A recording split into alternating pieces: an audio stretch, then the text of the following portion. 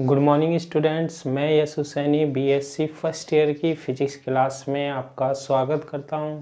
Previous class में हम discuss कर रहे थे कंजर्वेटिव फोर्स के बारे में, संरक्षी बल के बारे में, है ना। और साथ में हमने यांत्रिक ऊर्जा संरक्षण का नियम देखा था हमने यांत्रिक ऊर्जा संरक्षण देखा था, यानी कि कंजर्वेशन ऑफ मैकेनिकल एनर्जी के बारे में डिस्कस किया था। तो आज हम उस पर बेस्ड क्या देखते हैं, क्वेश्चन देखते हैं। क्वेश्चन क्या है कि सिद्ध कीजिए कि यांत्रिक ऊर्जा संरक्षण के लिए लगने वाला बल संरक्षी बल होता है। यानी कि जब हमारे पास कौन सी कंडीशन फॉलो हो रही है, यांत्रिक ऊर्जा संरक्षण वाली, ठीक है, यानी कि कंजर्वेशन ऑफ मैकेनिकल एनर्जी की बात होती है। यानी कि प्रत्येक स्थिति में हमारे पास कुल ऊर्जा कांस्टेंट रहती है, नियत रहती है, जो कि हमने प्रीवियस क्लास में डिस्कस किया था। ठीक है, गतिज ऊर्जा स्थितिज ऊर्जा में बदलती है, यानी कि काइनेटिक एनर्जी पोटेंशियल एनर्जी में बदलती है, पोटेंशियल एनर्जी काइनेटिक एनर्जी में बदलती है, यानी कि स्थितिज ऊर्जा गतिज ऊर्जा में बदलती है। लेकिन टोटल जो मैकेनिकल ऊर्जा है, यांत्रिक ऊर्जा है, गतिज ऊर्जा प्लस स्थितिज ऊर्जा, वो क्या रहती है, कांस्टेंट रहती है, नियत रहती है। क्लियर था यहाँ तक? तो आज हम डिस्कस कर रहे हैं कि जो यांत्रिक ऊर्जा संरक्षण में जो फोर्स लगता है ना, वो फोर्स कंजर्वेटिव फोर्स होता है। ठीक है, तो इसको प्रूव करने के लिए हम वही कंडीशन लेते हैं। वी नो दैट, क्या कि हमने प्रीवियस क्लास में पढ़ा था K plus U is equal to E। ठीक है, K क्या है यहाँ पर, काइनेटिक एनर्जी है। ठीक है, K क्या है, काइनेटिक एनर्जी, यानी कि क्या, गतिज ऊर्जा। U क्या है, पोटेंशियल एनर्जी है, U पोटेंशियल एनर्जी है, यानी स्थितिज ऊर्जा। और E जो है हमारे पास, वो क्या है, टोटल एनर्जी है, ये टोटल एनर्जी है, यानी कि क्या, कुल ऊर्जा। ठीक है, और E जो है वो हमेशा नियत रहती है, कांस्टेंट रहती है। ये हमने प्रीवियस क्लास में डिस्कस किया था, जिसमें हम बोल रहे थे कि हर पॉइंट पर जो एनर्जी है, ऊर्जा है, वो कितनी रहती है, 10 जूल ही रहती है। ठीक है, तो गतिज ऊर्जा यानी कि काइनेटिक ऊर्जा प्लस स्थितिज ऊर्जा यानी potential energy is equal to क्या होता है, कुल ऊर्जा यानी टोटल एनर्जी। कौन सी एनर्जी, मैकेनिकल एनर्जी, यांत्रिक ऊर्जा। और कुल ऊर्जा हमेशा क्या रहती है, नियत रहती है, कांस्टेंट रहती है। ये हम डिस्कस कर चुके थे। अब देखो, सबसे पहले हम डिस्कस करते हैं किसके बारे में, गतिज ऊर्जा के बारे में, यानी कि काइनेटिक एनर्जी के बारे में। जब कोई ऑब्जेक्ट होता है, वस्तु होती है, ठीक है, ये मान लो है, और ये हमारे पास गति कर रही है, मोशन में है, इसकी जो वेलोसिटी है, इसका जो वेग है ना, वो कितना है हमारे पास, v है। कितना है, v है। तो इसमें क्योंकि ये मूव हो रही है, गति कर रही है, इसमें गतिज ऊर्जा होती है, जब भी तो गति कर रही है। वो काइनेटिक एनर्जी, वो गतिज ऊर्जा कितनी होती है, 1/2 mv square, half mv square. m क्या होता है, इस वस्तु का, इस ऑब्जेक्ट का मास होता है, द्रव्यमान होता है, और v जो है वो वेलोसिटी है, वेग है। ठीक है, तो काइनेटिक एनर्जी जो गतिज ऊर्जा होता है ना, उसका फॉर्मूला क्या होता है, k is equal to half mv square होता है। ठीक है, होता है। तो अब हम क्या करते हैं, इसको इस इक्वेशन में पुट कर देते हैं। हमें कंजर्वेटिव प्रूव करना है। ठीक है, तो इसके लिए अब हम क्या करेंगे, और ये इक्वेशन से हमने स्टार्ट किया है। इसको हम कैसे लिखेंगे, जब इसमें रखेंगे तो देखो, k की वैल्यू यहाँ पुट करते हैं, रखते हैं half mv square plus U अभी जो कि स्थितिज ऊर्जा है U ही लिखते हैं, और E जो है वो कुल ऊर्जा है जो कि हमारे पास क्या रहेगी, हमेशा नियत रहेगी, कांस्टेंट रहेगी। ठीक है, नियत रहेगी और कांस्टेंट रहेगी। अब देखो कल मैंने जो एग्जाम्पल बताया था सरल लोलक का, सिंपल पेंडुलम का, तो विद रिस्पेक्ट टू टाइम यानी समय के साथ क्या हो रहा था, वो कभी इधर जा रहा था और कभी इस साइड जा रहा था। ठीक है, तो जब वो ऐसे इधर जा रहा था तो गतिज ऊर्जा और स्थितिज ऊर्जा लगातार क्या हो रही थी, बदल रही थी। हम प्रीवियस वीडियो में डिस्कस कर चुके, है ना।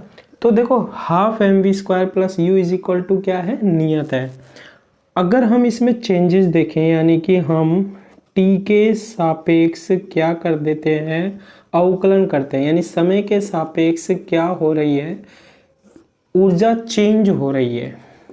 ठीक है, ऊर्जा चेंज हो रही है विद रिस्पेक्ट टू टाइम, तो हम इसका डेरिवेटिव करते हैं, अवकलन करते हैं विद रिस्पेक्ट टू टी। तो देखो अवकलन क्या होगा, टी के सापेक्ष करना है। देखो हाफ एज इट इज रहेगा, कांस्टेंट है।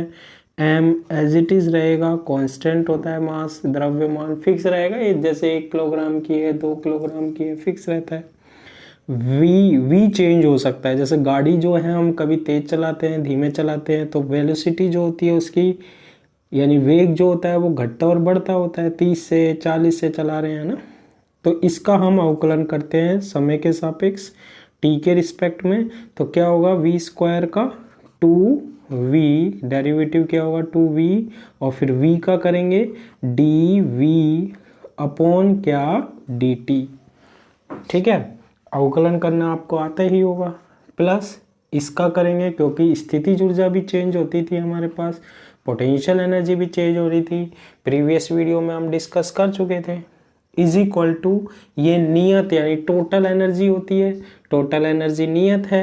नियत का अवकलन कितना होता है, जैसे d अपॉन dt, 5 का अगर आप डेरिवेटिव करोगे कितना आएगा 0, तो यहाँ क्या आएगा हमारे पास 0 आ जाएगा। ठीक है, तो इसको इस तरीके से हम लिखते हैं।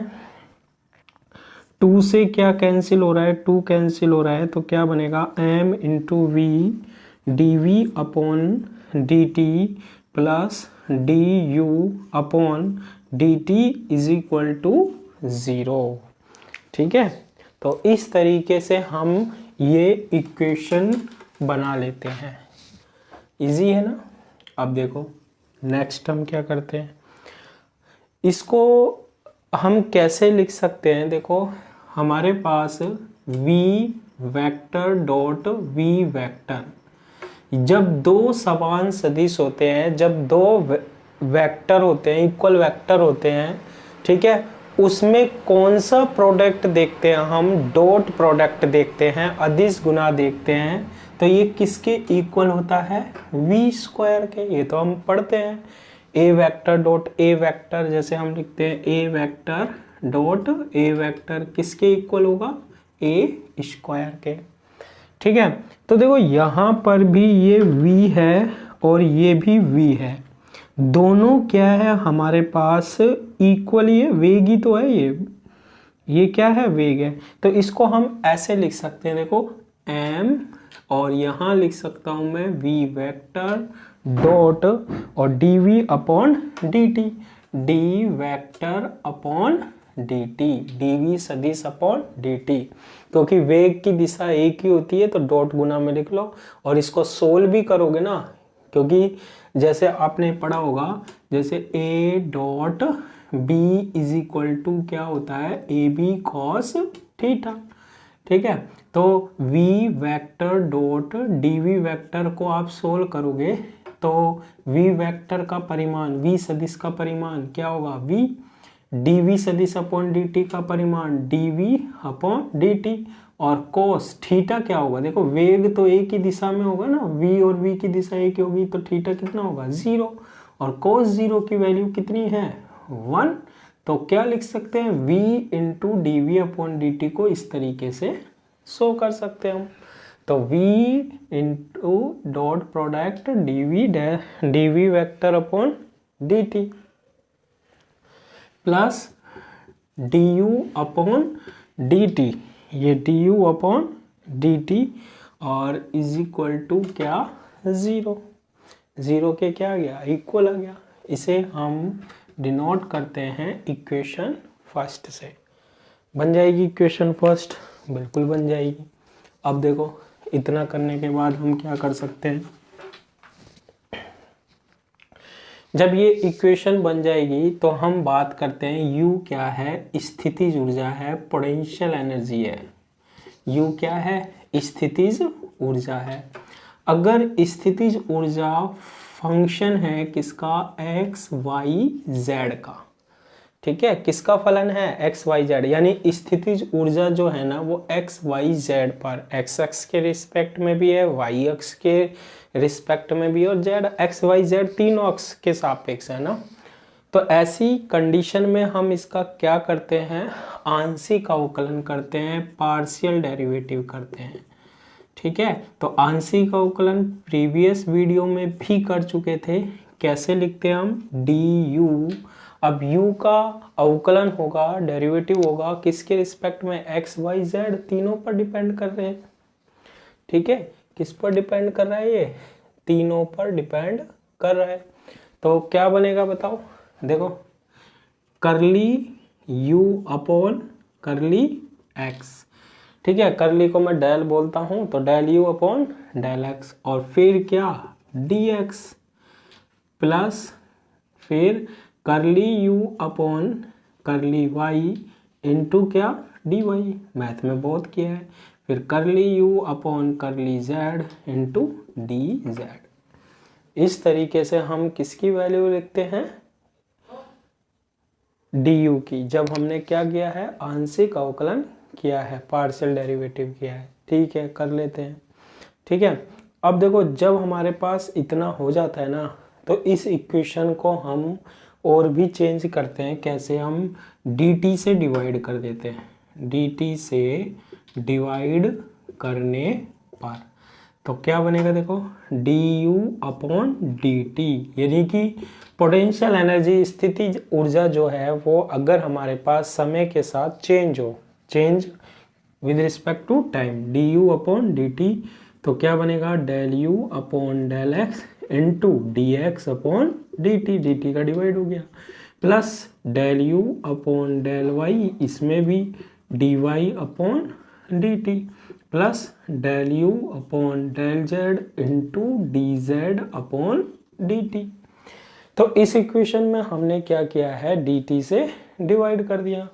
अब देखो इस इक्वेशन को हम कैसे डिनोट कर सकते हैं, इसको मैं ऐसे लिख रहा हूँ del u upon del x into क्या I cap, plus del u upon del y into J cap, plus del u upon del z into क्या के कैप, और डॉट, ठीक है, क्या किया हमने, डॉट लगाया है, और क्या dx अपॉन dt आई cap plus dy upon dt J cap plus dz upon dt और k कैप।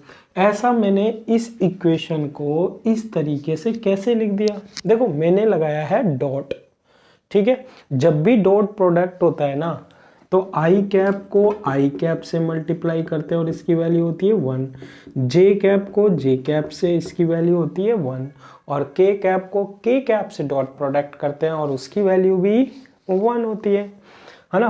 तो आप देखो इसको मल्टीप्लाई करो, आई कैप वाले को आई कैप वाले से मल्टीप्लाई करो, तो देखो आई कैप ये बनेगा क्या, del u upon del x i cap का डॉट किसके साथ, dx अपॉन dt आई कैप। अब ये तो कांस्टेंट है, इसमें तो दिशा है नहीं, तो ये क्या बन रहा है हमारे पास, del u upon del x, और ये dx अपॉन dt, और I cap dot I cap किसके इक्वल होता है, 1 के।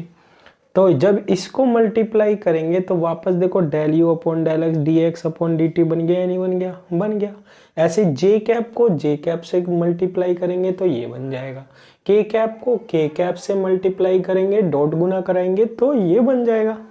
तो इसको मैंने किसके रूप में बना दिया, किसकी फॉर्म में बना दिया, सदिश की फॉर्म में, वेक्टर की फॉर्म में। और कौन सा प्रोडक्ट दिखा रहा हूं मैं, डॉट यानी कि अदिश गुणनफल।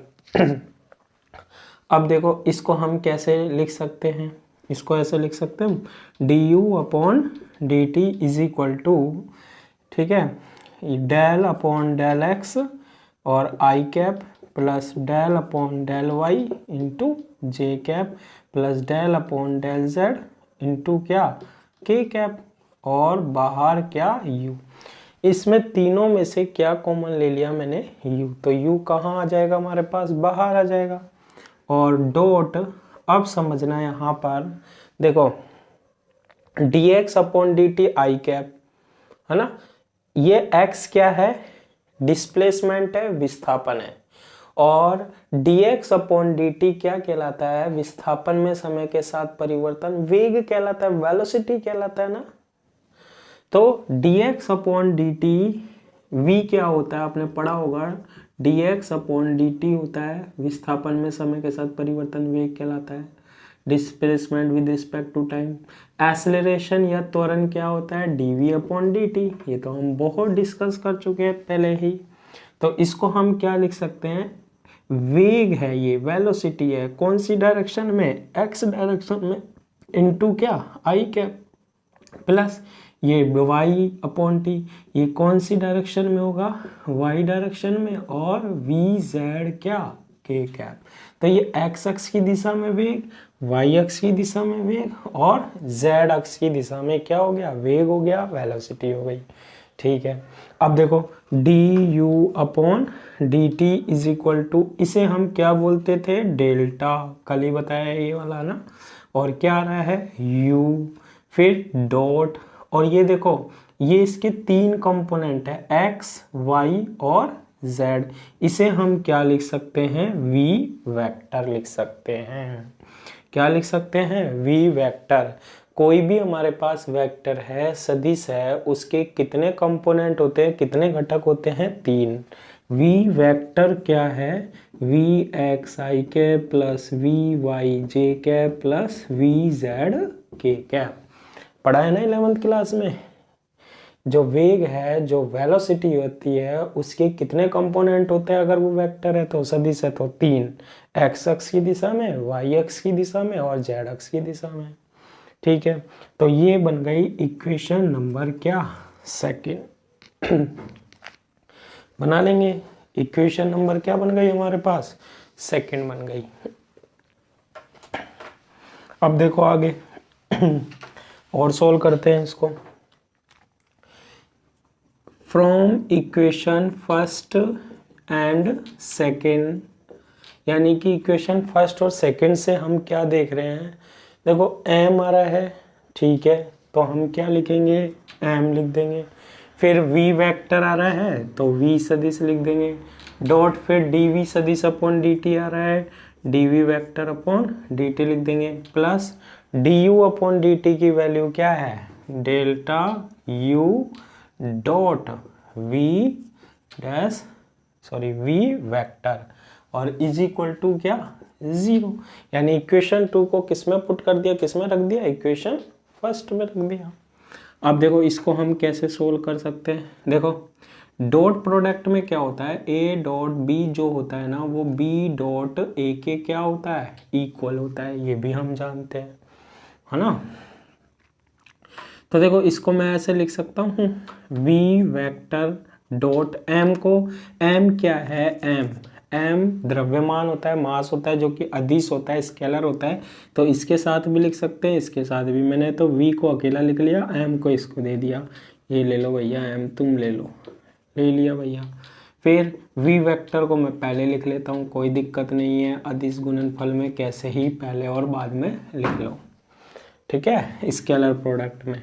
अब देखो दोनों में से क्या कॉमन आ रहा है, v वेक्टर, v सदिश कॉमन आ रहा है, तो यहाँ से क्या बचेगा, m, और देखो dv अपॉन dt क्या होता है, वेग में चेंज यानी कि परिवर्तन क्या कहलाता है, त्वरण कहलाता है, एक्सेलरेशन कहलाता है। बहुत पढ़ा है ना आपने 12th 11th क्लास में। तो इसको क्या लिख सकते हैं, ए लिख सकते हैं, त्वरण आ गया। प्लस v तो यहाँ आ ही गया, डॉट भी यहाँ आ गया कॉमन, क्या बनेगा delta u is equal to 0।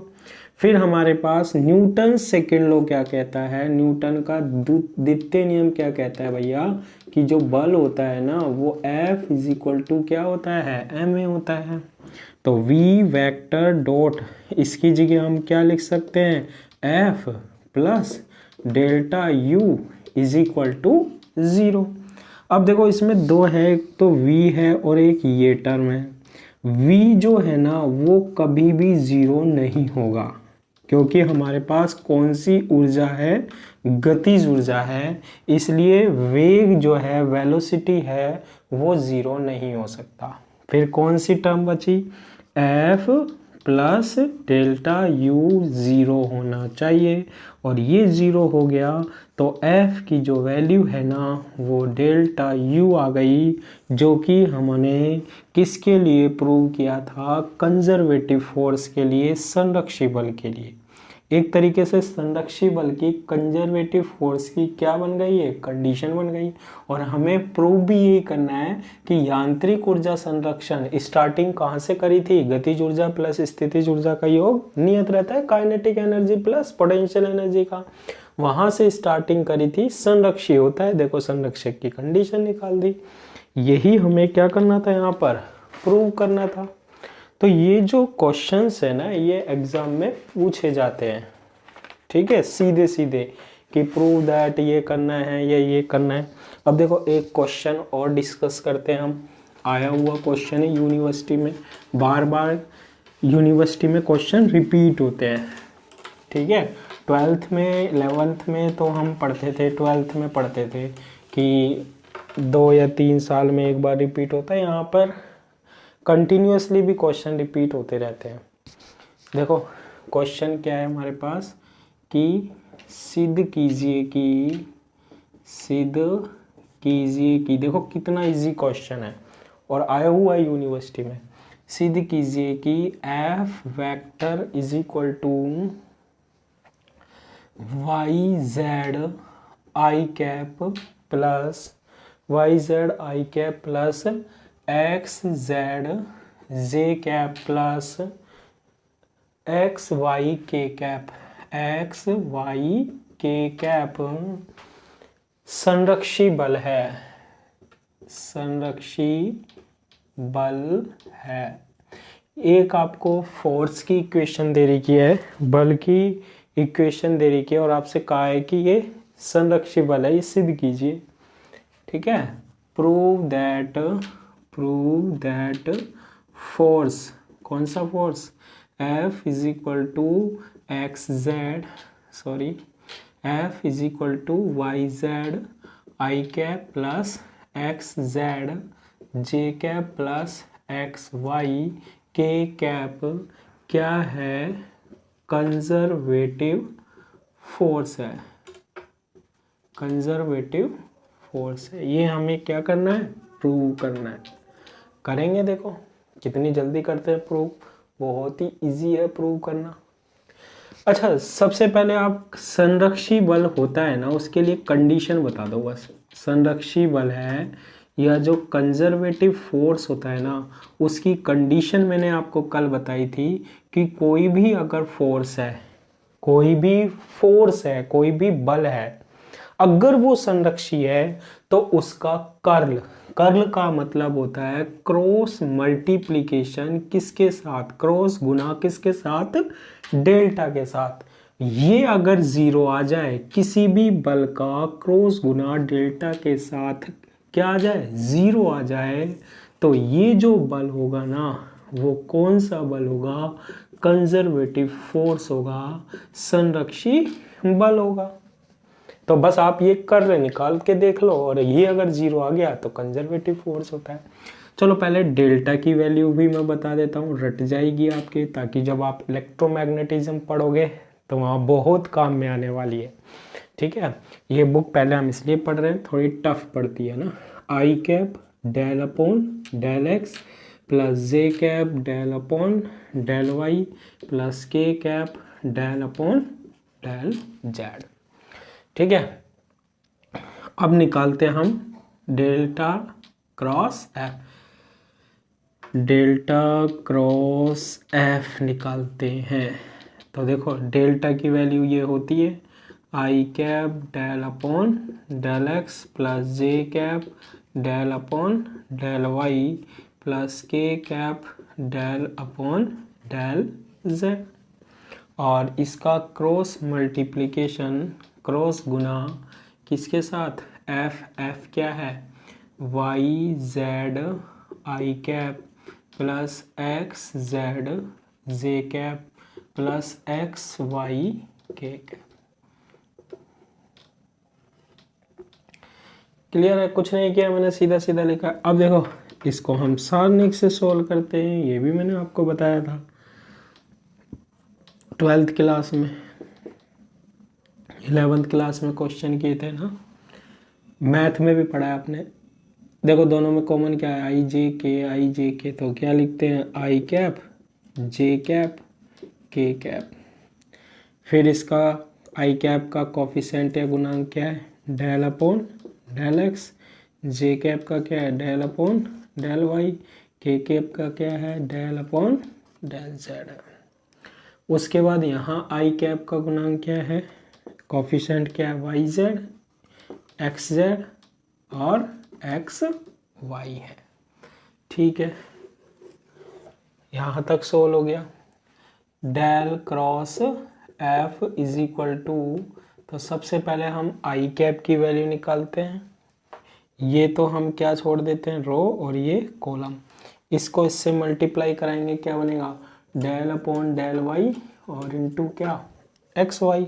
फिर इसको इससे मल्टीप्लाई करते हैं minus del upon del Z into क्या एक्स जेड। ये ब्रैकेट लगाने की ज़रूरत नहीं है, सीधा। फिर माइनस जे के, देखो प्लस भी लेते हैं फिर उल्टी कंडीशन लगाते हैं, ये भी आपने पढ़ा होगा, मैं माइनस से करता हूँ ज़्यादा ना। अब माइनस वाली माइनस जे कैप लेंगे तो ये और ये छोड़ देंगे। अब इसको इससे मल्टीप्लाई करते हैं, क्या बनेगा डेल अपॉन डेल एक्स क्या एक्स वाई,